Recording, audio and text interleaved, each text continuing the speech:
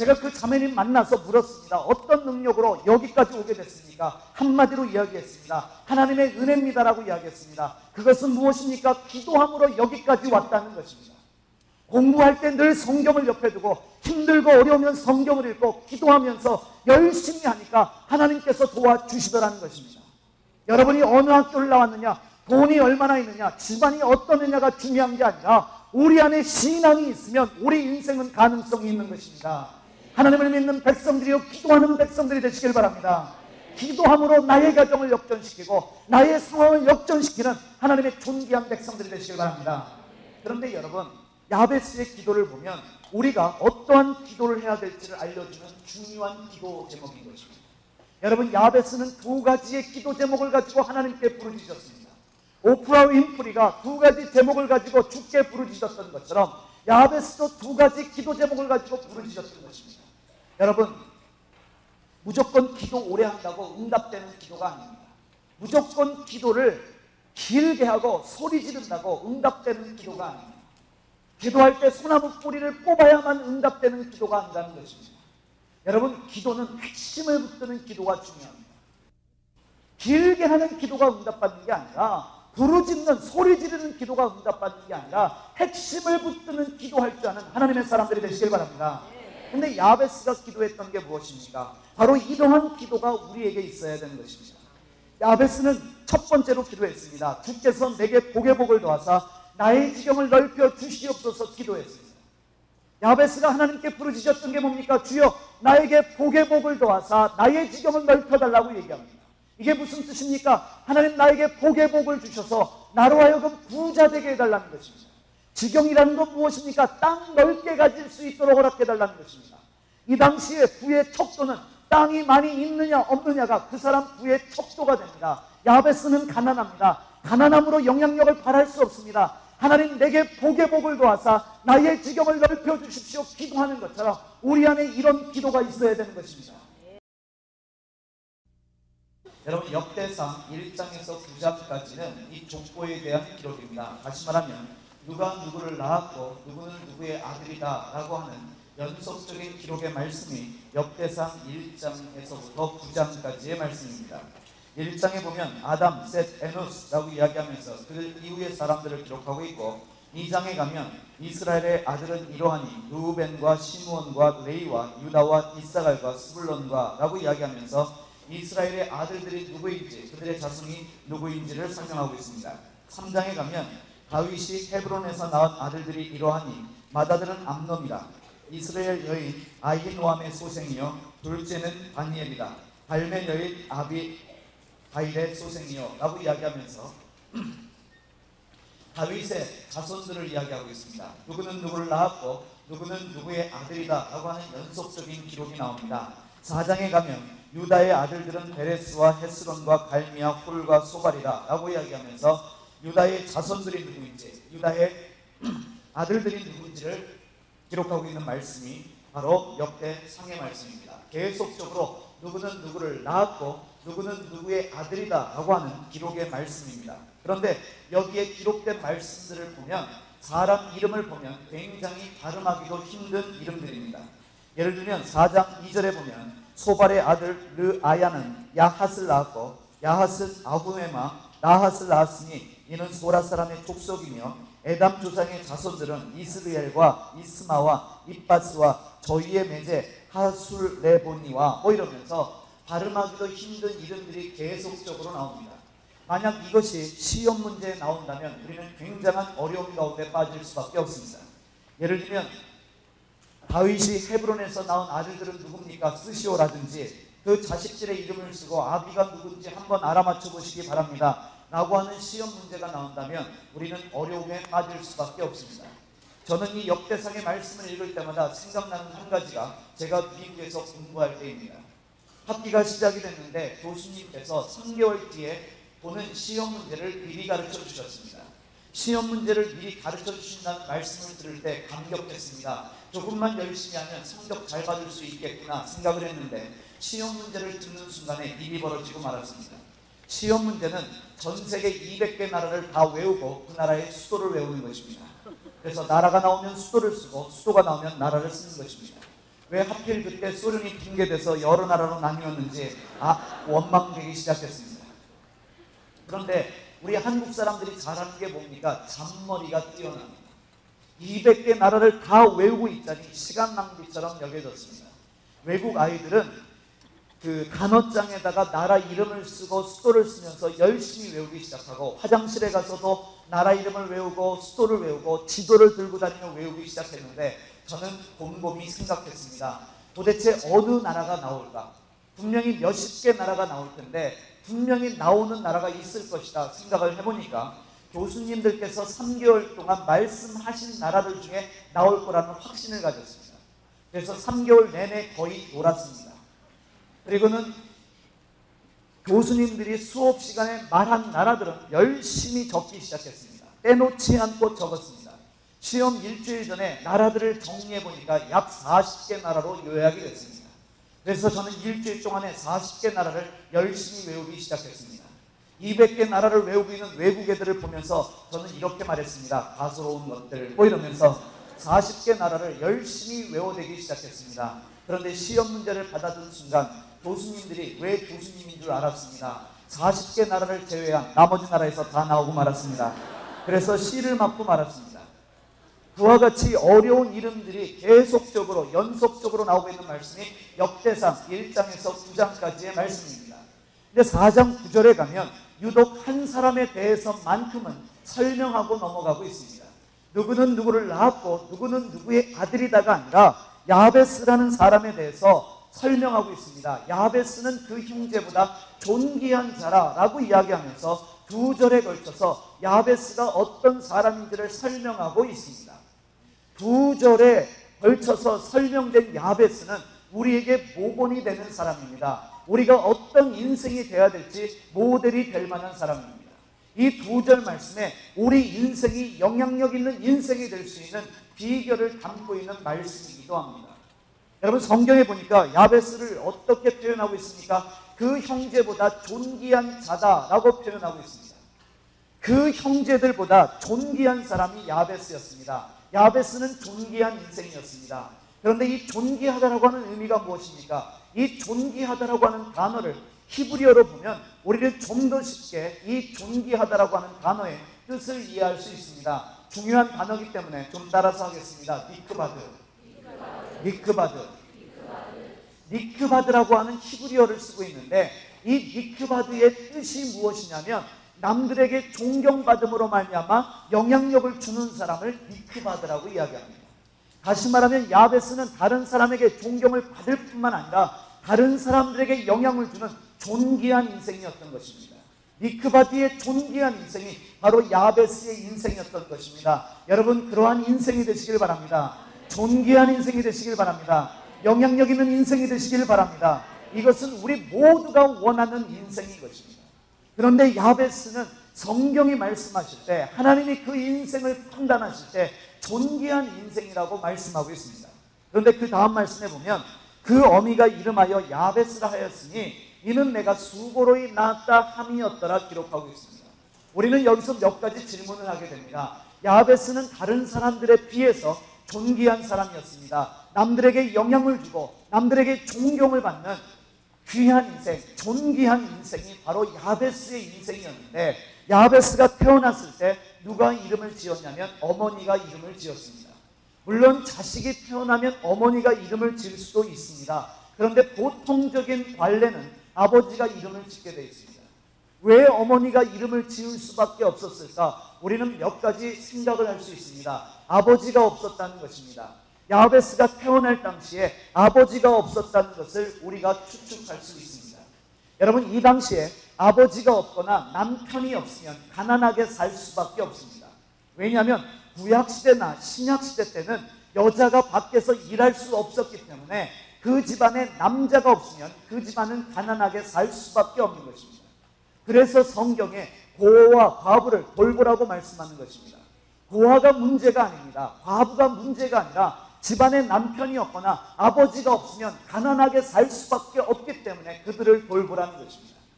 야베스는 태어날 때 아버지가 없었습니다. 그래서 어머니가 이름을 지었습니다. 그런데 문제는 무엇입니까? 어머니가 이름을 지었는데 그 이름을 야베스라고 이름을 지었습니다.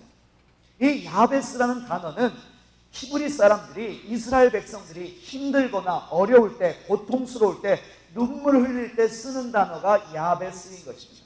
히브리어 발음으로 야베스 이렇게 발음을 하는데 이 뜻은 눈물, 고통, 괴로움이라는 뜻입니다. 자식이 태어났는데 이름이 눈물입니다. 고통입니다. 괴로움입니다. 이름의 중요성을 누구보다도 잘 알고 있는 사람들이 유대인입니다. 그럼에도 불구하고 아들이 태어났는데 이 아들의 이름을 눈물, 고통, 괴로움으로 짓더라는 것입니다. 그 다음 말씀 보니까 이는 내가 수고로이 낳았다 함이었더라 되어 있습니다. 무슨 뜻입니까? 아이를 낳을 때 산통을 많이 겪었다는 것이 아니라 야베스가 태어날 때 모든 주변의 환경이 괴롭고 고통스럽고 눈물 나는 상황이었다는 것입니다. 그런데 왜 아이 이름을 이렇게 지었습니까? 여러분, 이유는 바로 이럴 것입니다. 여러분, 가난한 집안에, 없는 집안에 아들이 태어났습니다. 이게 기쁘지 않습니다. 이게 감사하지 않습니다. 못 먹고 못 살고 찢어지게 가난한 집에 애 하나가 태어났는데 그 부모 심정이 어떻겠습니까? 아마 그 아들을 보면 이렇게 이야기했을 것입니다. 너도 복이 지지리도 없다. 저렇게 부잣집들 놔두고 저렇게 잘 사는 집 놔두고 이렇게 가난한 집에서 태어난 너의 인생이라면 너의 인생도 절망될 수밖에 없다는 것입니다. 눈물일 수밖에 없다는 것입니다. 고통일 수밖에 없다는 것입니다. 바로 야베스는 이름부터 포기되어진 인생이었습니다. 야베스는 시작이 좋지 않은 인생이었습니다. 그런데 여러분, 말씀을 보시기 바랍니다. 야베스의 시작은 눈물과 고통과 괴로움이었지만 야베스 인생의 끝은 영향력을 바라는 존귀한 미크바디의 인생으로 끝난 것입니다. 그는 끝이 좋은 인생이었던 것입니다. 여러분, 시작이 어떻든지 중요하지 않습니다. 지금 여러분들이 가난하게 살고 못 살고 돈 꾸러다니고 이것이 중요한 것이 아니라 3년, 5년, 10년 뒤에, 20년 뒤에 여러분들은 어떤 인생이 되기를 원하냐는 것입니다. 야베스는 눈물과 고통과 괴로움의 인생이었습니다. 그런데 그는 거기서 끝나지 않냐고 인생을 역전해서 존귀한 미크바디의 인생이 되었습니다. 이유가 무엇입니까? 그는 이스라엘 하나님께 부르짖었던 것입니다. 기도했던 것입니다. 기도하기 시작할 때 하나님의 역사가 일어나기 시작하는 것입니다. 기도하는 자들마다 하늘문이 열리는 역사를 보게 되는 것입니다. 여러분, 지금 눈물이 있습니다. 고통이 있습니다. 괴로움이 있습니다. 이런 상황 가운데 우리가 하나님을 믿게 됐습니다. 우리가 하나님을 믿음으로 말미암아 인생을 바꿀 수 있는 열쇠가 무엇입니까? 바로 기도하는 것입니다. 여러분, 기도하기 시작할 때 상황이 바뀌고 기도하기 시작할 때 문제가 풀리고 눈물과 고통과 괴로움의 상황들도 역전하여 존귀한 인생이 될 수 있는 것입니다. 우리가 모였을 때 기도합니다. 기도는 하늘문을 연다라고 이야기합니다. 여러분, 하나님께서 아브라함에게 한 가지 약속을 하셨습니다. 어떤 약속을 하셨습니까? 창세기 12장 2절에 내가 너를 복의 근원이 되게 하겠다라고 말씀하셨습니다.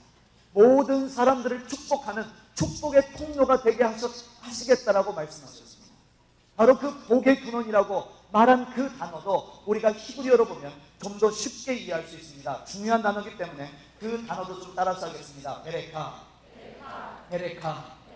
하나님께서 아브라함에게 내가 너를 베레카의 인생 되게 하겠다라고 말씀하셨습니다. 축복의 통로가 되게 하겠다라고 말씀하셨습니다. 그 베레카의 의미가 무엇인지 아십니까? 무릎 꿇는다는 뜻입니다.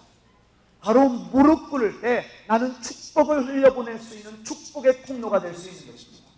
여러분, 가나안 농군학교를 세우신 김용기 장로님께서 하루에 4시간 동안 자신의 기도굴에 들어가셔서 나라와 민족을 위해 부르짖으셨습니다. 조국 대한민국을 위해 기도하셨습니다. 그 기도글에다가 뭐라고 써붙인 줄 아십니까? 조국이여 안심하라 붙여놨던 것입니다. 나의 조국 대한민국이여 안심하라. 왜? 내가 기도하고 있기 때문이라는 것입니다. 여러분들이 부모님을 위해 무릎 꿇으면 여러분들을 통한 하나님의 복이 여러분 가정에 흘러가는 것입니다. 남편이 아내를 위해 무릎 꿇고 아내가 남편을 위하여, 부모가 자녀를 위하여, 자녀가 부모를 위하여, 하나님의 백성들이 교회를 위하여, 조국을 위하여 기도하면 그들을 통하여, 무릎을 통하여 하나님의 축복이 흘러가는 것입니다. 그래서 우리는 이야기합니다. 우리는 무릎으로 승부 보는 백성인 것입니다. 바로 무릎 꿇을 때 하나님께서 들으시고 상황을 바꿔주시는 것입니다.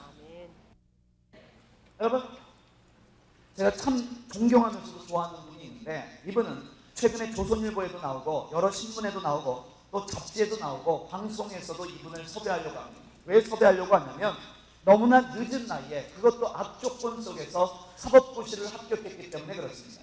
이분은 김미애라는 분인데 올해 나이 35살인데 여자 나이 34살에 야간 여상 출신으로 작년에 사법고시에 합격한 분입니다. 저는 그분을 만나고 몇 가지 사실에 놀랐습니다. 첫째는 너무나 이쁘기 때문에 놀랐습니다. 둘째는 너무나 고생을 많이 했기 때문에 놀랐습니다. 셋째는 예수 그리스도를 믿는 뜨거운 신앙이 있다는 것에 놀라기 시작했습니다. 한 번은 그분과 만나서 교제하는데 그분이 당신이 어떻게 살아왔는지를 이야기했습니다. 물론 신문에서 그분이 어렵게 살았고 야간 여상을 나왔다라고 하는 것은 제가 알았습니다. 그런데 그분의 말씀을 들어보니까 신문에 난 것보다 더 어려운 상황이었습니다. 어머니가 중학교 2학년 때 자궁암 말기로 돌아가셨습니다. 가난한 집안에 형제가 5인데 자기는 막내인데 위로 오빠가 둘, 언니가 둘 있는데 어머니가 돌아가시고 아버지도 사업하다가 망해서 돌아가시고 부모님이 없게 됐습니다.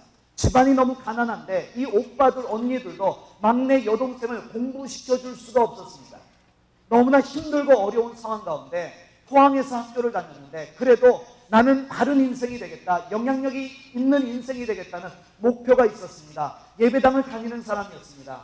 학교 갈 차비도 없고 등록금도 제대로 없었지만 공부만큼은 해야 되겠다라고 결정을 하고 공부해서 포항여고라고 하는 그 당시에 명문여고에 들어갔습니다. 그 학교에 들어가야지만 자기 인생의 목표를 이룰 수 있다라고 생각이 됐습니다. 그런데 문제는 뭐냐면 등록금이 없었습니다. 등록금이 없었기 때문에 이 집 저 집 구워서 어렵게 마련해서 남들보다 일주일 늦게 학교에 가게 됐습니다. 등록금은 마련했는데 문제는 뭐냐면 차비가 없습니다. 걸어서 갈 수 있는 거리도 아닙니다. 버스를 2-3번 갈아타야 되고 걸어가면 몇 나절이 걸리는 거리였던 것입니다. 그래서 아침마다 한 일이 뭐냐면 이 집 저 집 문 두들기면서 돈 꾸는 일을 했습니다. 그러면서 저한테 그래요. 선교사님은 한 번도 차비 없어서 꿔본 적 없으시죠? 물어봐요. 그래서 제가 그랬습니다. 웬걸요? 저도 차비 없어서 돈 꾼 적이 있습니다. 그래서 정말 그랬거든요. 집안이 어려워서. 그랬더니 그분 표정이 달라져요. 이거 좀 더 주세요. 이러면서 뭔가 통하는 게 이제 생긴 겁니다. 그러면 이 집 저 집 돌아다니면서 차비를 꾸면 절대로 빌려주는 사람이 없답니다. 아침부터 여자가 재수없게 와서 돈 빌려간다고 운전막대하고, 그래서 결국 차비를 빌려주시는 곳이 어디냐면 바로 목사님에게 가면 목사님이 이리 와봐라 그러면서 일주일 차비 주시면서 기도해 주시면서 어렵고 힘들어도 싸워 이겨라 늘 격려해 주셨다는 것입니다. 그런데 그런 상황 가운데서 학교를 다니는데 자기 상황에 아주 치명적인 상처를 입힌 사건이 하나 있었다고 얘기합니다. 5월 달에 자기에 대해서 아무도 가까이 하지 않고 거의 왕따 수준이었는데 반장이 갑자기 그러더랍니다. 김미애 너 잠깐 밖에 나가 있어. 그러더니 우리 김미애가 어려운데 김미애를 위해서 불의유독기 성금을 걷자. 그러면서 갑자기 돈을 걷어서 너 들어와. 그리고는 돈을 주더라는 것입니다. 그걸 받아들는데 자존심이 상하더라는 것입니다. 마음이 상하더라는 것입니다. 지금까지 따뜻한 말 한마디 한 적도 없고 자기가 도시락을 못 사갖고 가서 날마다 수도가에서 수돗물 받아먹는데도 밥 먹었니 물어보지도 않던 애들이 갑자기 5월 달에 불우유독기 성금 먹겠다고 일방적으로 걷어서 자기에게 주는데 마음이 너무나 안 좋더라는 것입니다. 거기서 끝나는 게 아니라 교장 선생님도 아침 조회 시간에 그 반에 김미애라는 애가 어려운데 도와주기 위해서 그 반 아이들이 돈을 걷었는데 참 잘한 일이다 칭찬하는데 자기는 완전히 거지고 자기 반 아이들은 남을 도와주는 착한 사람으로 이야기할 때 학교를 그만두고 싶었다라고 이야기합니다. 그런 어려움 가운데 있을 때 부산에서 방직공장 다니는 친구가 오더니 그렇게 이야기했습니다. 부산에 가면 낮에는 일하고 밤에는 공부할 수 있으니까 나랑 같이 부산에 가자. 그 얘기를 듣고 즉시로 학교를 그만두고 부산에 가서 방직공장에 취직해서 야간에는 학교를 다니고 낮에는 일하기 시작했습니다. 낮에 8시간 일하고 밤에 학교 가서 공부하면서 목표는 돈 벌자였던 것입니다. 돈 벌어서 돈을 많이 쓰는 사람이 되자. 그래서 돈을 모으기 시작했습니다.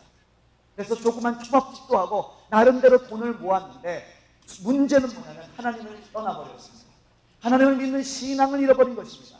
그러다가 나이 27살 때 하나님을 믿는 신앙을 회복하고 기도하기 시작할 때 하나님께서 꿈을 주시고 비전을 주셨습니다. 그것은 무엇이냐면 사법고시에 대한 비전을 주셨습니다. 여러분 여자 나이 27이면 시집 가야 됩니다. 사법고시 보기 전에 대학도 안 나오고 야간 여성 나온 사람이 어떻게 사법고시를 준비할 수 있겠습니까? 주변 사람들이 비난하기 시작했습니다. 너는 안 된다라고 이야기했습니다. 아마 너는 잘못 생각하고 있을 거라고 비난할 때에 하나님 앞에서 기도하고, 주님, 내 인생을 책임져 주십시오. 내 인생을 역전하여 주십시오. 영향력 있는 인생이 되게 해주십시오. 기도하기 시작하면서 준비했습니다. 1년 목숨 걸고 공부해서 동아대 법대에 합격했고 27살서부터 사법고시를 준비해서 나이 34살에 도전한 지 7년 만에 시험 4번 보고 합격을 했습니다. 제가 그 자매님 만나서 물었습니다. 어떤 능력으로 여기까지 오게 됐습니까? 한마디로 이야기했습니다. 하나님의 은혜입니다라고 이야기했습니다. 그것은 무엇입니까? 기도함으로 여기까지 왔다는 것입니다. 공부할 때 늘 성경을 옆에 두고 힘들고 어려우면 성경을 읽고 기도하면서 열심히 하니까 하나님께서 도와주시더라는 것입니다. 여러분이 어느 학교를 나왔느냐, 돈이 얼마나 있느냐, 집안이 어떠느냐가 중요한 게 아니라 우리 안에 신앙이 있으면 우리 인생은 가능성이 있는 것입니다. 하나님을 믿는 백성들이요, 기도하는 백성들이 되시길 바랍니다. 기도함으로 나의 가정을 역전시키고 나의 상황을 역전시키는 하나님의 존귀한 백성들이 되시길 바랍니다. 그런데 여러분, 야베스의 기도를 보면 우리가 어떠한 기도를 해야 될지를 알려주는 중요한 기도 제목인 것입니다. 여러분, 야베스는 2가지의 기도 제목을 가지고 하나님께 부르짖었습니다. 오프라 윈프리가 2가지 제목을 가지고 주께 부르짖었던 것처럼 야베스도 2가지 기도 제목을 가지고 부르짖었던 것입니다. 여러분, 무조건 기도 오래 한다고 응답되는 기도가 아닙니다. 무조건 기도를 길게 하고 소리 지른다고 응답되는 기도가 아닙니다. 기도할 때 소나무 뿌리를 뽑아야만 응답되는 기도가 아니라는 것입니다. 여러분, 기도는 핵심을 붙드는 기도가 중요합니다. 길게 하는 기도가 응답받는 게 아니라, 부르짖는, 소리 지르는 기도가 응답받는 게 아니라 핵심을 붙드는 기도할 줄 아는 하나님의 사람들이 되시길 바랍니다. 근데 야베스가 기도했던 게 무엇입니까? 바로 이러한 기도가 우리에게 있어야 되는 것입니다. 야베스는 첫 번째로 기도했습니다. 주께서 내게 복의 복을 더하사 나의 지경을 넓혀 주시옵소서 기도했습니다. 야베스가 하나님께 부르짖었던 게 뭡니까? 주여, 나에게 복의 복을 더하사 나의 지경을 넓혀달라고 얘기합니다. 이게 무슨 뜻입니까? 하나님, 나에게 복의 복을 주셔서 나로 하여금 부자 되게 해달라는 것입니다. 지경이라는 건 무엇입니까? 땅 넓게 가질 수 있도록 허락해달라는 것입니다. 이 당시에 부의 척도는 땅이 많이 있느냐 없느냐가 그 사람 부의 척도가 됩니다. 야베스는 가난합니다. 가난함으로 영향력을 발할 수 없습니다. 하나님, 내게 복의 복을 도와사 나의 지경을 넓혀 주십시오 기도하는 것처럼 우리 안에 이런 기도가 있어야 되는 것입니다. 여러분, 저는요, 여러분이 제일 부러운 게 뭐냐면, 여러분 나이 많을 때 저는 여러분과 같이 이런 수련회에 올 수가 없었습니다. 왜냐하면 집안이 경제적으로 어려웠기 때문에 이런 집회에 온다는 것은 저에게는 굉장한 사치였습니다. 등록금도 제대로 못 내는 상황이었기 때문에 이런 집회에 온다는 것이 저에게는 참 어려움이 됐습니다. 이 등록금을 못 내면 지금은 어떻게 하는지 모르겠지만 저희 때는요, 칠판에 이름 적히고 수업 중간에 선생님이 부릅니다. 너 일어나봐. 불러서는 너 언제까지 등록금 낼래? 그러면 언제까지 내겠습니다. 이러면 친구들 앞에서 그런 얘기하는 것이 굉장히 자존심이 상했습니다. 저는 이제 그러한 사람이었습니다. 학비도 제대로 못 내고 그래서 친척들한테 꾸러가는 적도 있었습니다. 친척들에게 가서 이번 학비 좀 대주십시오 라고 이야기하면 그냥 그래 공부 열심히 해라 주면 얼마나 좋겠습니까? 또 거기서 양반다리 하고 있으면 버릇없다고 얘기했기 때문에 무릎 꿇고 부탁해야 됩니다. 이번 한 번만 도와주시면 라고 얘기합니다. 그럼 또 잔소리를 1시간 정도 하고 나중에 와 이럴 때 참 마음이 아픈 적이 한두 번이 아니었습니다. 그런데 고등학교 때 수학여행을 설악산으로 갔는데 3박 4일을 갔는데 그때 3박 4일 갈 때 회비가 2만 원이었습니다. 2만 원인데 등록금도 제대로 못 내는 사람이 설악산 간다는 게 사치일 수밖에 없습니다. 그래서 안 가기로 결정을 했습니다. 제가 뭐 효자이기 때문에 부모 마음을 이해하기 때문에 안 가기로 결정한 게 아니라 차라리 안 가는 게 좋겠다라고 생각을 했습니다. 그래서 저희 어머니에게 저 이번에 설악산으로 가는 수학여행 안 가겠습니다 라고 이야기했는데 아직도 잊혀지지 않는 한마디를 저희 어머니가 하셨습니다. 뭐라고 했냐면 이렇게 얘기했습니다. 이번에 너 돈 없어서 설악산 수학여행 못 갔지만 너 나중에 성공하거든 설악산보다 더 좋은 데로 가라고 그러시더라고요. 여러분, 그렇게 말하는 부모의 심정은 어떤 줄 아십니까? 여러분, 자기 자식 남들 다 가는 설악산 못 가서 집에서 빈둥빈둥 놀고 있을 때 그것을 바라보는 부모 마음은 더 아픈 것입니다. 여러분, 어떤 부모가 자기 자식한테 좋은 옷 안 사주고 좋은 신발 안 사주고 컴퓨터 안 사주고 싶은 부모가 어디 있겠습니까? 겉으로는 안 돼, 돈 없어라고 말하지만 사주지 못하는 부모 마음은 더 아픈 거예요. 그 사주지 못하는 부모 마음에 우리는 어떻게 합니까? 대못을 박아버립니다. 왜 나를 안 사주는 거야? 나 미워하지? 왜 이렇게 능력이 없어? 라고 말한다면 부모 마음은 더 찢어져 버리는 거예요. 여러분, 저도 부모 마음을 알 수 있는 그런 사람들이 됩니다. 그래서 학교에 왔습니다. 완전히 이제 선생님께서 이번에 수학여행 안 가는 사람 확인하잖아요.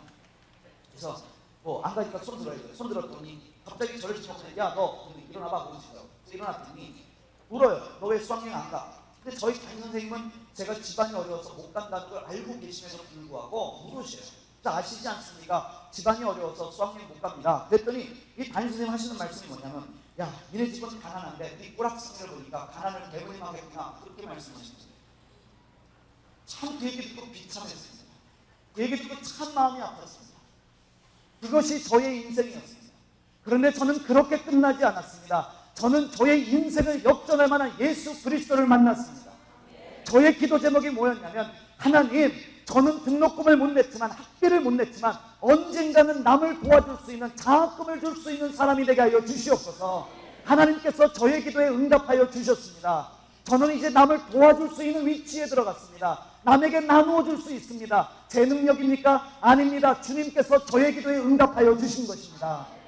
하나님 앞에 기도하시기 바랍니다. 주님, 이 가난에서 끝나지 않게 하여 주시고, 이 고통에서 끝나지 않게 하여 주시고, 역전하여 가난한 백성의 눈물을 닦을 수 있는 영향력 있는 하나님의 사람이 되게 하여 주시옵소서. 여러분, 집안은 가난한데, 집안은 문제가 있는데, 날마다 여러분들이 술 먹고 담배 피고 그렇게 돌아다니면 저희 담임 선생님께서 저를 저주하셨던 것처럼 가난을 대물림할 수밖에 없는 것입니다. 여러분, 집안 한번 생각해 보십시오. 아버지 매일같이 술 먹고 들어와서 집안 두들겨 보시고, 어머니 때리고 빚쟁이들 쳐들어오고, 여러분의 아버지 노동판에 나가서 노동하셔야만 돈 벌어올 수 있고, 자기보다 어린 사람에게 굽신굽신거리고 자존심이 상하고 마음이 상한 아버지들이 있습니다. 왜 집에 들어오면 짜증이 있고 술 취해서 들어오는지 아십니까? 힘들어서 그래요. 사는 게 힘들어서 들어와서 짜증 부리고 술 주정할 수밖에 없는 것입니다. 여러분, 아버지 생각해 보십시오. 요즘 들어 어깨가 처지고 주름살이 늘어가고 흰머리 늘어가는 여러분의 아버지 보시기 바랍니다. 누군가 한 명은 그 가정 안에서 정신 차리고, 주님, 이 가정이 역전되게 해주십시오, 기도해야 되는데, 함께 방황하고 있다면 누가 그 가정을 역전할 수 있겠냐는 것입니다. 여러분의 어머니 생각해 보십시오. 시장바닥 나가서 콩나물값 50원 깎아다가 용돈 주고 교과서값 주는데 그걸 또 거짓말해요. 엄마 교과서 사야 돼, 참고서 사야 돼 라고 말하고 돈 타다 뭐합니까? 술 먹고 담배 피고 여자친구 못 사주고 남자친구 못 사준다면 그 가정 안에 역전하는 역사가 벌어지겠냐는 것입니다. 지금은 눈물과 고통과 괴로움이지만 하나님을 알고 있는 한 명이라도 그 가정에서 무릎 꿇는다면 그 가정은 역전할 수 있는 것입니다. 여러분, 저는 또 기도했던 것 중에 하나가 이것이었습니다. 저는 설악산을 못 가봤습니다. 그러나 예수 그리스도를 믿고 나서 도전받은 것 중에 하나는 시편 2편 8절의 말씀이었습니다. 열방을 내게 구하라, 나에게 유업으로 주겠다는 주님의 말씀이었습니다. 여러분, 이 말씀은 선교사들이 중국을 내게 주십시오, 터키를 내게 주십시오 라는 의미가 아니라 열방에 온 세계 땅을 달라고 나에게 기도하면 그것까지도 주겠다는 말씀이었습니다. 저는 그 말씀을 붙들고 기도했습니다. 주님, 나로 하여금 온 세계에 다닐 수 있는 하나님의 사람이 되게 하여 주시옵소서. 저는 5대 항공대를 다 가봤습니다. 여러분, 저의 능력이겠습니까? 제가 무슨 능력이 있어서 캐나다에 가서 설교하고 미국 가서 설교하고 뉴질랜드에 가서 설교할 수 있겠습니까? 저의 능력이 아닙니다. 하나님의 능력입니다.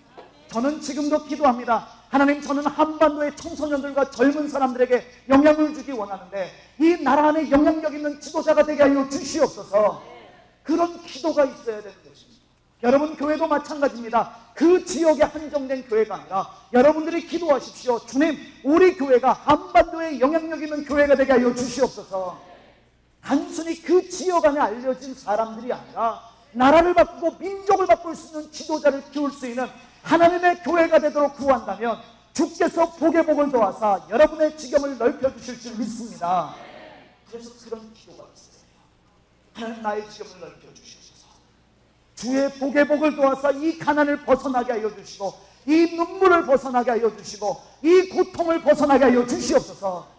벗어날 뿐만 아니라 그런 고통과 아픔과 괴로움이 있는 사람의 눈물을 닦아줄 수 있는 하나님의 사랑이 되는 것입니다. 여러분, 가난한 자의 심정을 누가 아는 줄 아십니까? 가난해봤던 사람이 가난한 자의 심정을 알아요.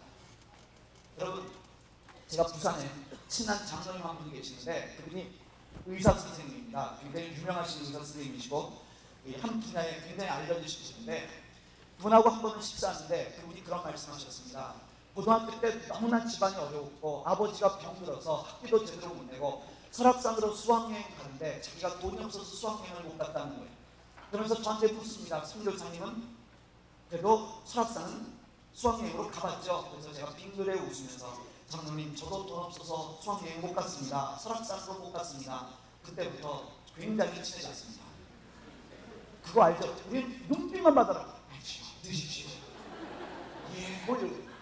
근데 그분의 사모님이나 저희 아내는 계속 곱게 컸어요. 고생을 모르고 컸습니다. 자기도 고생해봤대요. 그래서 무슨 고생해봤냐 얘기했더니 용돈을 주시면 한 달치 용돈을 일주일 만에 다 써버려서 3주 동안 고생했다라고 이야기합니다. 여러분, 그거 고생이 아닙니다. 제가 결혼하고 나서 나는 돈 없어서 설악산으로 가는 수학여행 못 갔어. 그게 내 마음의 슬픔이야 라고 얘기했더니 저희 아내가 그래요. 옆집 가서 꺼서가지고 그랬어. 그럽니다. 여러분, 정말 돈이 없는 사람은요 옆집 가서 꿀 수도 없어요. 왜냐하면 사람들이 너무 많이 끌어오기 때문에, 너무 꾸러 많이 왔기 때문에 거절당하는 거예요. 저희 아내를 비난하는 게 아닙니다. 그 사모님을 비난하는 게 아닙니다. 겪어보지 않았기 때문에 그 슬픔을 모르는 것입니다. 그 장로님 버는 돈 가지고 한 달에 40명 50명 학생들에게 장학금 주는 일을 하고 있습니다. 이름 모르게 장학금을 주고 있습니다. 여러분, 제가 말씀드렸던 김미애 자매님도 지금 일산의 사법연수원에서 연수받고 있는데 그분도 지금 연수생 신부님에도 불구하고 소년소녀 가장을 이름 없이 도와주는 일을 하고 있습니다. 왜 도와줍니까? 어려웠던 경험이 있기 때문에, 슬펐던 경험이 있기 때문에, 가난했던 경험이 있기 때문에 도울 수 있는 것입니다. 지금 가난한 삶 가운데 있습니까? 눈물 가운데 있습니까? 고통 가운데 있습니까? 하나님의 능력으로 역전하여 그러한 백성의 눈물을 닦을 수 있는 지도자들이 되시길 바랍니다. 하나님께서 우리에게 원하시는 일이 바로 그것입니다. 눈물을 흘려본 자만이 눈물을 흘리는 백성의 서러움을 아는 것이죠. 여러분, 그 서러움으로 끝나시겠습니까? 그 고통으로 끝나시겠습니까? 야베스로 끝나겠습니까? 아닙니다. 우리가 하나님을 믿는 백성들이라면, 예배당에서 기도하는 백성들이라면 우리도 니크바디의 존귀한 인생이 되어야 되는 것입니다.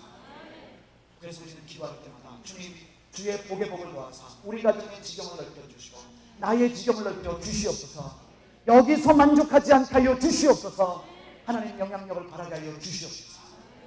저는 여러분 모두가 그러한 인생으로 쓰임받기를 소원합니다. 두 번째 기도 제목은 뭐였었냐면, 주의 손으로 도우사 나로 환난을 벗으나 근심이 없게 하여 주시옵소서. 이것이 야베스의 기도였습니다. 여러분, 야베스는 정말 기도할 줄 아는 사람이었습니다. 왜냐하면 야베스는 주여 주의 손으로 도우사 나로 환난을 벗으나 근심이 없게 하여 주시옵소서 기도하는데, 여러분 정말 축복이 뭔지 아십니까? 진정한 축복이 뭔지 아십니까? 여러분, 돈이 많으면 뭐합니까? 여러분, 부자이면 뭐합니까? 자식들 때문에 마음고생하고 부부가 화합하지 못하고 서로 싸우고 다투면 그게 진정한 축복이 아닙니다. 여러분, 정몽훈 회장이 우리 한국교회에 알려진 재벌임에도 불구하고 결국 마음에 근심이 있으니까, 걱정이 있으니까 며칠 전에 12층에서 떨어져서 자살하고 말았습니다. 왜 자살했습니까? 마음에 근심이 있으니까, 염려가 있으니까 자살합니다. 근심이 어디서 옵니까? 환난 가운데 옵니다. 그럼 환난이 없으면 어떻게 해야 됩니까? 주의 손으로 도와주셔야 되는 것입니다. 여러분, 자식들 걱정하지 않고 서로 부부가 화합하고 문제가 없을 때, 염려가 없을 때 진정한 복을 누리는 것입니다. 그래서 잠언 10장 22절 말씀에 하나님께서 사람에게 복 주심으로 부하게 하시고 근심을 겸하여 주시지 않는다라고 말씀하고 있습니다. 여러분, 사람이 왜 늙는 줄 아세요? 마음의 근심 때문에 늙어요. 사람이 왜 흰머리가 생기고 왜 주름살이 생기고 사람이 왜 병드는 줄 아십니까? 마음에 염려가 있고 근심이 있으면 사람이 병드는 것입니다. 여러분, 여기 젊은 사람들은 잘 모르겠지만 여기 있는 좀 이렇게 나이 드신 분들은 아실 겁니다. 예전에 어머니들이 자식 때문에, 남편 때문에, 돈 때문에 속 썩은 분들은요 가스마리라는 병에 잘 걸리셨습니다. 이 가슴앓이라는 병이 뭐냐면 조금만 걱정스러운 일이 있으면 마음에 이 심장에 통증이 생기는 병입니다. 저희 어머니가 그 병에 걸리셨다가 몇 년 전에 수술을 받으셨는데 의사가 수술하기 위해서 가슴 뚜껑을 딱 여니까 그 안에서 손바닥 반만한 돌멩이가 나옵니다. 의사는 이 돌멩이가 왜 생기는지 모르겠다라고 이야기합니다. 저는 알겠습니다. 왜 그렇습니까? 성경에 말씀하기를 근심이 너를 찌르겠다라고 말씀하는 것입니다. 사람이 마음이 편해야 됩니다. 마음에 기쁨이 있어야 됩니다. 근심이 있고 염려가 있으면 사람이 늙고 그것으로 인한 병이 드는 것입니다. 여러분, 여러분의 부모님 빨리 죽는 거 가르쳐 드릴까요? 속 썩이면 돼요. 늘 집에 늦게 들어가고 술 먹고 담배 피고 하라는 대로 안 하고 반대로 하고 늘 소리 지르고 공부 안 하고 늦잠 자고 컴퓨터 밤새도록 해보십시오. 부모님 빨리 늙고 빨리 죽습니다. 마음에 평안이 있어야, 마음에 기쁨이 있어야 사람이 젊게 살고 건강하게 살 수 있는 것입니다. 야베스가 기도했던 게 무엇입니까? 주님, 내 삶 안에 근심이 없도록 환난이 없게 하여 주시옵소서. 주님의 손이 도우심으로 말미암아 문제가 없게 하여 주시옵소서 기도했던 것처럼 여러분 가정 안에 근심이 없도록 기도하는 여러분들이 되시길 바랍니다. 나의 삶 가운데 근심이 없도록, 내 집안 안에 근심이 없도록 기도해야 됩니다. 여러분, 아까도 잠깐 얘기드렸지만 여러분의 아버지, 여러분의 어머니 요즘 왜 힘들어합니까? 마음에 염려가 있어요.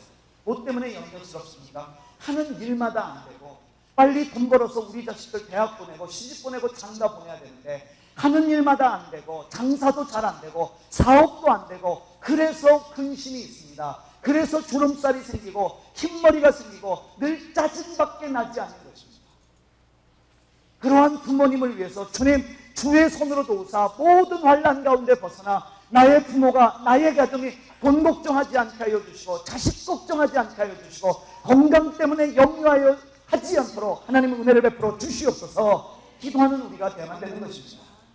여러분, 우리나라에요, 건강 강의로 알려주신 한 분이 계십니다. 이분은 건강 강의의 원조라고 말할 수 있는 분입니다.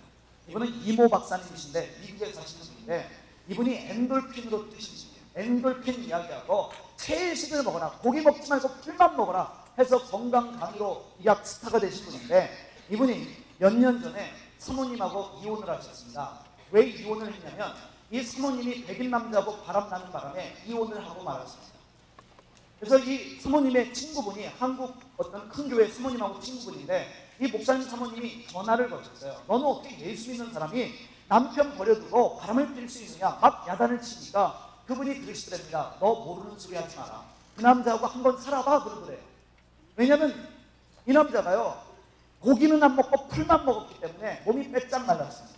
다른 사람들의 특징이 뭡니까? 신경질적이라는 거죠. 다 그런 거 아니니까 또 오해하지 마시기 바랍니다. 그러면서 건강에 대해서 너무나 잘하니까 밥상을 차려가면 이건 맵잖아, 동맥경화. 이건 짜잖아, 보여라, 밥상 다시 차려와. 뭐 이런 남자랍니다. 늘 밥상을 차려가면 다시 차려와라, 불평불만이고 화가 나더라는 거예요. 여러분, 만약에 여자분들 밥상 차려가는데 남자가 반찬 투정하고 밥 투정하면 기분이 좋습니까, 나쁩니까? 밥상 어떻게 하고 싶어요? 없는 게 아니라 그냥 면상에다 던지면 속 편해지겠죠. 근데 지금 만난 백인 남자는 주는 대로 먹는 겁니다. 그냥 땡큐 이러고 열심히 먹고 많이 먹으니까 힘도 좋고 성격도 좋고 자기 너무 행복하다는 거예요. 제가 그 얘기를 가만히 들으면서 생각해봤습니다. 그분 이런 얘기 했거든요. 커피 먹지 마라, 고기 먹지 마라, 뭐 많이 얘기하는데 여러분, 커피 안 먹는다고 몇 년을 더 살겠어요? 여러분, 고기 먹는다고 몇 년을 빨리 죽겠습니다. 여러분, 우리는요, 하나님이 부르시면 오늘이라도 내일이라도 가야만 되는 백성들입니다. 건강 때문에 염려하면 오히려 그게 병이 됩니다. 어떤 사람은요, 제가 그런 할아버지 봤어요. 건강을 너무 챙깁니다. 건강. 한때 사과가 몸에 좋다는 얘기를 듣고 아침에는 사과죽, 점심에는 사과 잼에 바른 빵, 저녁에는 사과 주스, 아침, 점심, 저녁 사과로만 드시는 분이 있습니다. 결국 위장에 병 생겨서 병원에 입원하셨습니다. 그건 진정한 복이 아니에요. 걱정하지 않는 거예요. 주는 대로 먹는 겁니다. 여기 있는 자매님들, 제가 남자 보는 법을 가르쳐드리겠습니다. 이런 남자 있습니다. 떡볶이집을 함께 닦았는데 괜히 유난 떠는 남자 있죠. 이 컵이 좀 더럽다, 뭐 이렇게 닦고 또 스푼도 이렇게 닦고 젓갈 닦고 이런 남자들 있죠. 그래서 먹는데 깔짝깔짝대는 남자들, 절대 떡볶이 같이 먹으면 안 됩니다. 그냥 나오시길 바랍니다. 그런 남자하고 살면 인생이 불쌍해집니다. 어떤 남자가 멋있어요? 나온 떡볶이 다 먹고 국물까지 다 핥아먹고 먹을 거 더 없나 껄떡이는 남자가 진짜 멋있는 남자입니다. 식당에서도 가만히 보십시오. 야, 이게 밥이냐? 숟갈 가지고 밥 툭툭 치면서 남기고 아, 맛없어. 이런 남자들은요, 나중에 반찬 투정할 남자들. 어떤 남자가 멋있어요? 자기 밥 다 먹고 옆에 있는 사람 남겼으면 내가 먹어줄게. 다 먹고. 이런 남자가 진짜 멋있는 남자일 것입니다. 동의하십니까? 그래서요, 중요해요. 지금부터 알아봐요. 근심이 없는 거예요. 근데 이런 남자들 있죠? 야, 여기 박테리아가 얼마나 있는 줄 알아? 뭐 이런 남자들 한마디만 하시죠. 회개하라. 천국이 가까웠느니라 하고 이래서 나오셔야 돼요. 뭐 이런 사람 있어요. 남자가 이거 박테리아가 얼마나 많은 줄 알아? 소독해야 돼. 이러면 어머, 청결이식이 대단히 뛰어나다. 이래가지고 반해서 결혼하면 끝장납니다. 진짜 멋진 남자 어떤 남자인 줄 알아요? 그럼 상관하지 않는 거예요. 어차피 속에 들어가면 다 소화되고 다 그냥 함께 공존하자, 공생하자, 할렐루야 하고 마시는 사람이 진짜 멋진 남자예요. 할렐루야. 어떤 권사님이 장로님과 젊었을 때 선을 보셨는데, 이 두가 장로님 권사님이신데 어떻게 하다가 이 권사님이 이 장로님에게 반하셨냐면, 두 분이 부산분입니다. 서로 손을 보시는데 식사하잖아요. 그럼 보통 남자들 같으면 식사 끝나면 이 주머니에 있는 수건 닦아내서 실례하겠습니다. 이렇게 입 닦잖아요. 근데 이 장로님은 잘 먹었다. 근데 넥타이를 주더니 넥타이로 입 닦기 시작합니다. 거기에 반해서 결혼하셨어요. 야, 남자가 이 정도는 돼야지. 근데 문제는 뭐냐면 지금도 옷에다가 다 입을 닦아버리니까 그게 성격 좋은 거예요. 괜히 유난 떨고 뭐 납자, 진짜 박테리아, 세균, 그러면 사람이 노이로제 걸려서 빨리 죽어버립니다. 그런 의미에서 존경하는 분이 있는데 누구냐면 황수관 박사님이십니다. 제가 황수관 박사님을 개인적으로 2번 뵀는데, 한 번은 제가 병원에 갔어요. 너무 몸이 안 좋아서, 몸이 너무나 안 좋길래 이제 검진을 받으러 병원을 딱 갔더니 의사 선생님께서 저를 딱 검진하시더니 그럽니다. 간이 안 좋아졌대요. 간이 너무 나빠졌답니다. 그러면 사는 얘기가 술, 담배 끊으십시오 이러는 거예요. 그래서 저 술, 담배 안 하는데요 그랬더니 술, 담배 하는 사람만큼 간이 안 좋아졌다고 막 협박을 하는데, 내일이라도 죽을 것처럼 이게 얼마나 심각한 줄 알아요? 이런 거 먹지 말고 저런 거 먹지 말고 내가 시키는 대로 해요. 알았어요? 뭐 어떤 네. 그 얘기 들으니까 내일이라도 죽을 사람 같아요. 막 근심이 몰려오는데 나는 간이 안 좋아. 이게 묵상이 되기 시작해요. 그래서 낙심된 마음으로 김포공항에 또 비행기 타고 어디 갈 때가 있어서 김포공항에 딱 갔는데, 거기서 이제 황수관 박사님 만났어요. 이 장로님 만났는데 장로님 안녕하십니까? 의사님 왜 이렇게 인사를 하다가 이런저런 얘기하다가 갑자기 든 생각이, 맞아, 이분이 건강강의 원조인데 건강강의 대강사님이신데 이분께 여쭤보면 간이 좋아지는 비결을 알 수 있을까? 그래서 제가 저기 장로님 제가 여쭤볼 게 있습니다. 그랬더니 뭐니? 저 오늘 병원에 갔는데 간이 안 좋다고 하는데 간이 좋아지는 비결을 좀 가르쳐 주십시오 그래요. 그랬더니 황수관 박사님, 간이 안 좋아요? 그럼 제가 시키는 대로 하십시오 그래요. 그래서 제가 메모지를 딱 해드리고, 예, 장로님 말씀하세요. 첫째, 밥 잘 먹고, 예, 둘째, 밥 먹고 난 뒤에 10분 동안 산책하고, 네, 셋째, 웃으시면 됩니다. 할렐루야. 뭐 이러시더라고요. 그래서 뭐 이런 분이 다 있나? 나는 지금 심각한데 지금 간 때문에. 그래서 제가 장로님 지금 심각하거든요. 저 어떻게 하면 간 좋아지는지 다시 한번 말씀해 주세요. 그랬더니 선교사님 제 말 잘 들으십시오 그래요.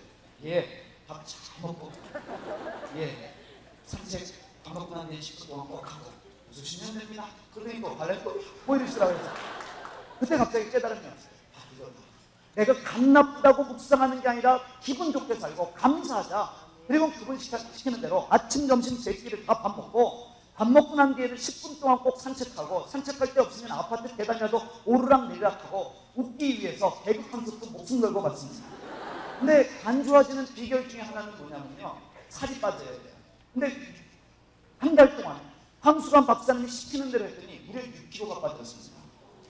왜 그래요? 감사함으로 생각하는 거예요. 나 간 나쁘다 생각한 게 아니라 그냥 감사해서 주신 거 감사해 먹고, 의사가 먹지 말라는 것도 주님 감사합니다 먹고, 그리고 산책하고 개그 콘서트 보면서 깔깔대고 웃고, 한 달 뒤에 겨울에 딱 올라갔더니 6kg가 빠집니다. 건강이 회복됐어요. 여기 우리 다이어트 하는 자매님들 있죠. 요즘 남자들도 다이어트 합니다. 살 빼야지 살 빼야지. 이게 스트레스가 되기 때문에 어쩍거리고 맙니다. 오늘 저녁에 살 빼는 비결을 가르쳐드리겠습니다. 첫째, 밥 잘 먹고, 밥 먹고 나중에 10분 동안 산책하시고, 웃으시면 됩니다. 할렐루야. 이런 진리가 어디 있습니까? 바로 이거예요. 여러분, 우리 안에 하나님께서 주고자 하시는 게 뭡니까? 근심이 아니라, 염려가 아니라 기쁨이요 감사한 마음인 것입니다. 그래서 우리가 해야 될 게 무엇입니까? 주님, 주의 손으로 도우사 모든 환난 가운데 벗어나 근심이 없게 하여 주시옵소서. 여러분, 부모님 왜 싸웁니까? 돈 때문에 싸웁니다. 왜 돈 때문에 싸웁니까? 하는 일마다 안 되기 때문에, 사업이 안 되고 장사가 안 되기 때문에, 직장이 안 되기 때문에 부모님이 싸우고 계신다면 그것이 문제고 그것이 환난으로 근심이 있다면, 주님, 주의 손으로 도우사 이 어려운 환난을 벗어나게 하셔서 우리 집안에 근심이 없게 하여 주시옵소서. 기도하는 여러분이 되시길 바랍니다. 한 명쯤은 기도해야 되는데 비판하고 원망하면서 그 집에 있기를 싫어한다면 그 가정이 어떻게 달라질 수 있겠습니까?